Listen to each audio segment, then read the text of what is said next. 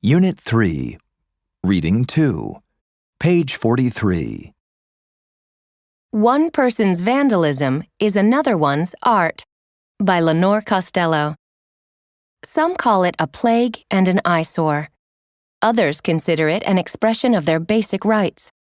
Some of it has deep political meaning, while some is a word or two written quickly in permanent marker.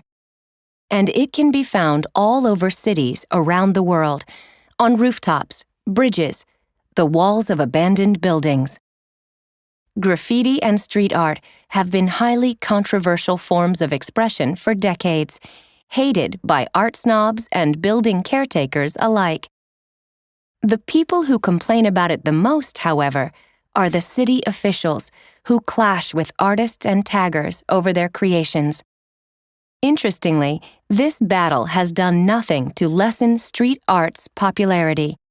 And now, some experts say, that popularity could do what city officials couldn't: threaten the very essence of this short-lived art form. What exactly are street art and graffiti? For the graffiti artists, the goal is to tag or write their name on the most places.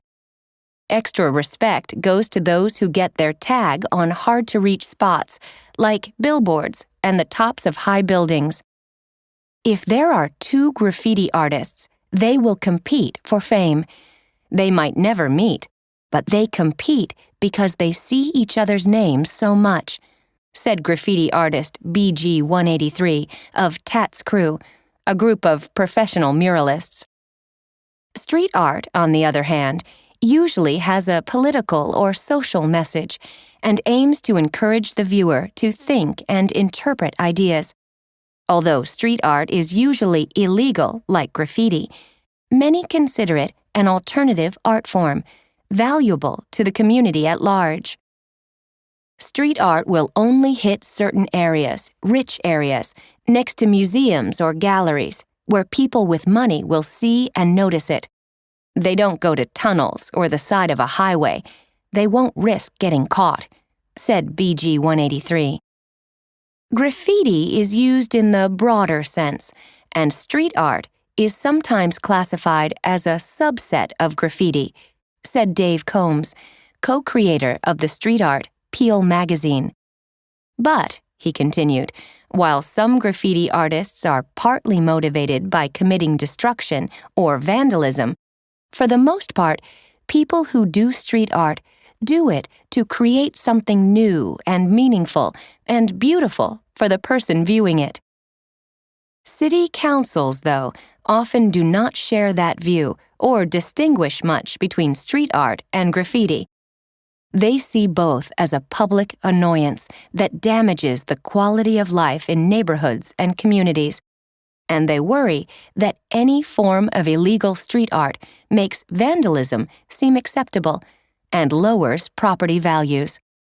To fight it, cities paint over walls, arrest or ticket graffiti artists, and even pass legislation forbidding anyone less than 21 years old to carry spray paint. However, some cities have a different approach. Sao Paulo, Melbourne, and Taipei have established areas where graffiti is legal, hoping to allow artistic expression while discouraging vandalism.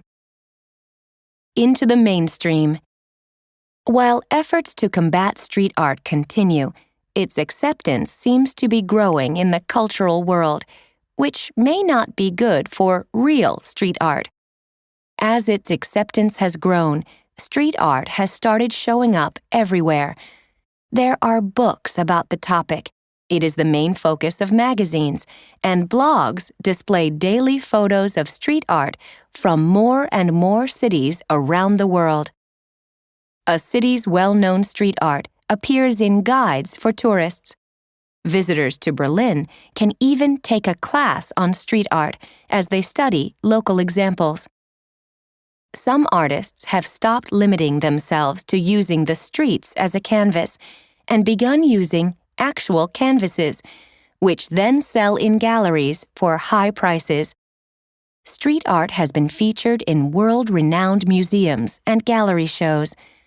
Banksy, the world's most famous street artist, has sold individual pieces for tens of thousands of pounds, and celebrities are buying works by street artists from Brazil and Japan. Thousands of visitors came to inspect the work in a 2011 street art museum exhibit in Los Angeles, while neighbors complained that because of the exhibit, more graffiti was appearing on nearby walls. Major companies pay graffiti artists to do advertisements for them. They spray paint cars, soft drinks, and shoes on walls and plaster up posters with a street art aesthetic. Artists versus street art. As street art moves more into the mainstream, some critics fear it will lose its essential edginess. The splasher, an unidentified person or group of people, splashed paint on a number of works by famous street artists from late 2006 to 2007. Believing that street art had become too commercial and mainstream, the splasher felt the only way to counter it was through destruction. But many feel that the popularity of street art is going to lead to its disappearance without any destruction necessary. The argument is that street art is a fad, and that people spending large sums for it today are going to regret it in the future when they realize the work has no lasting value. After all, street art is not supposed to be permanent. It is meant to be washed away by the elements, painted over, or built on top of. It is created quickly and often deals with current and local issues. All of these aspects, say critics, mean that the art loses its aesthetic value when taken off the streets, and that it is rational to assume that such art will lose its economic value when it goes out of style.